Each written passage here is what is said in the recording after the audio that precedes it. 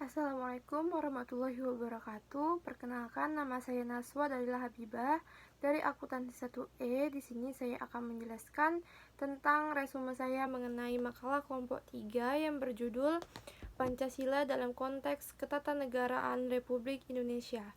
Baiklah, di sini saya akan langsung saja menjelaskan. A. Masa awal kemerdekaan Indonesia. Di awal masa kemerdekaan, Indonesia harus mengalami masalah baru di berbagai bidang, seperti dalam bidang ekonomi, yang masih adanya hasutan dari Belanda kepada rakyat untuk menghancurkan kemerdekaan. Perubahan juga terjadi di dalam bidang pendidikan, seperti mulainya berdiri beberapa institut pendidikan tinggi dalam bidang sosial dan budaya, ditandai dengan munculnya para seniman dan sastrawan muda. Kemudian di dalam bidang ekonomi, berhasilnya Indonesia mencetak mata uangnya sendiri. Baik itu pada masa kemerdekaan Indonesia. Selanjutnya kita masuk ke runtuhnya Orde Lama. Sejak dekret Presiden 5 Juli 1959, Indonesia kembali kepada Undang-Undang 1945.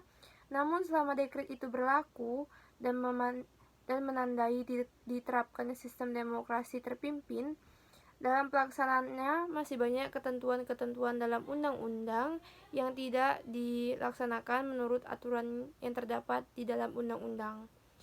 Yang di dalam kondisi tersebut sangat menarik berbagai pihak yang bergelut dalam pemerintahan dan kondisi menjadi kacau.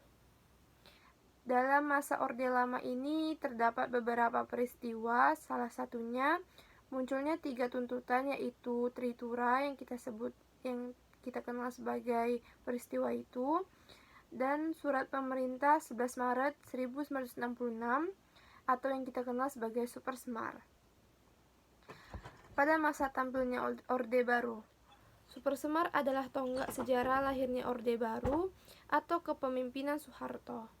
Dengan keluarnya Super Semar, Presiden Soekarno sudah kehilangan sebagian besar kekuasaannya. Jenderal Soeharto yang diberi wewenang untuk mengatasi keadaan bahaya melakukan tindakan sebagai berikut. Pertama, pembubaran PKI. Kedua, pembersihan kabinet dari unsur PKI. Ketiga, penataan lembaga-lembaga pemerintahan. Keempat, membentuk kabinet Ampera. 3. Strip MPRS Strip 1963 tentang pengangkatan Soekarno sebagai presiden seumur hidup. Dalam sidang tersebut, MPRS mengeluarkan ketetapan yakni TAP yang isinya sebagai berikut. A. Mencabut kekuasaan pemerintahan dari Presiden Soekarno. B. Presiden Soekarno tidak diperbolehkan melakukan kegiatan politik sampai diselenggarakannya pemilu. C. Mengangkat Jenderal Soeharto sebagai pejabat presiden. Baiklah, itu isi dari 3 strip MPRS strip 163 yang sangat berlaku pada masa tersebut. Pada masa Orde Baru, selama 32 tahun rakyat tidak menyadari bahwa negara sedang menuju pada kebangkrutan.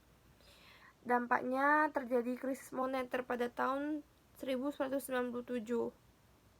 Seperti krisis kesehatan, kemiskinan, dan pendidikan. Pada saat itu terjadi hal-hal seperti itu.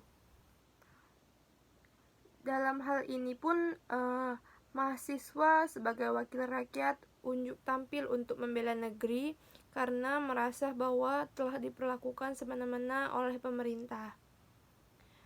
Mahasiswa pun mulai bertindak untuk melakukan demonstrasi perubahan. Pada saat itu mahasiswa melakukan demonstrasi besar-besaran untuk menuntut pemerintahan pada saat itu. Namun ketika gerakan reformasi berhasil menggulingkan pemerintahan Soeharto, kiprah mereka dalam menentang Orde Baru tidak pula menjadi perhatian. Pengunduran diri Presiden Soeharto dari jabatannya ini menandai berakhirnya pemerintahan Orde Baru yang berkuasa selama hampir 32 tahun.